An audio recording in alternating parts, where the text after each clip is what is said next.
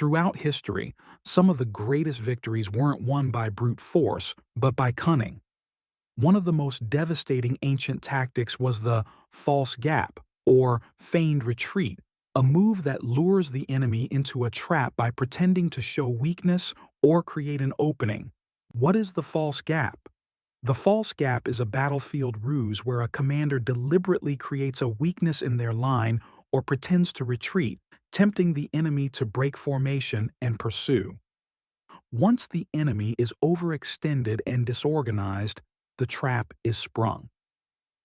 Classic example: the Battle of Gaugamela, 331 BCE.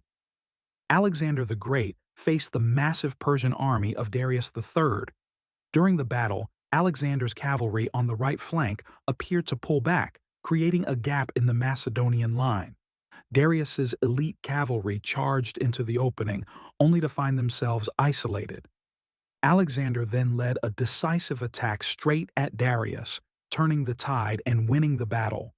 The feigned retreat, Mongols and more. The Mongols perfected the feigned retreat. Their horse archers would pretend to flee, drawing enemy forces into pursuit. Once the enemy was strung out and vulnerable, the Mongols would turn and attack, often from multiple directions. This tactic led to countless Mongol victories across Asia and Europe. Greek and Roman deceptions.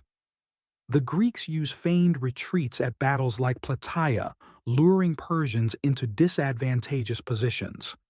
At the Battle of Chaeronea, Philip II of Macedon pretended to retreat, opening a gap that his son Alexander exploited with a cavalry charge. The psychology behind the trap. Why does the false gap work? It preys on human instincts, the thrill of victory, and the urge to chase a fleeing enemy. But when discipline breaks and formations scatter, the pursuers become easy targets. The lesson from Sun Tzu's Art of War to medieval battlefields: the false gap remains a timeless lesson. Never assume an enemy's weakness is real, and never let your guard down in the heat of pursuit. Subscribe for more Minecraft Dark History.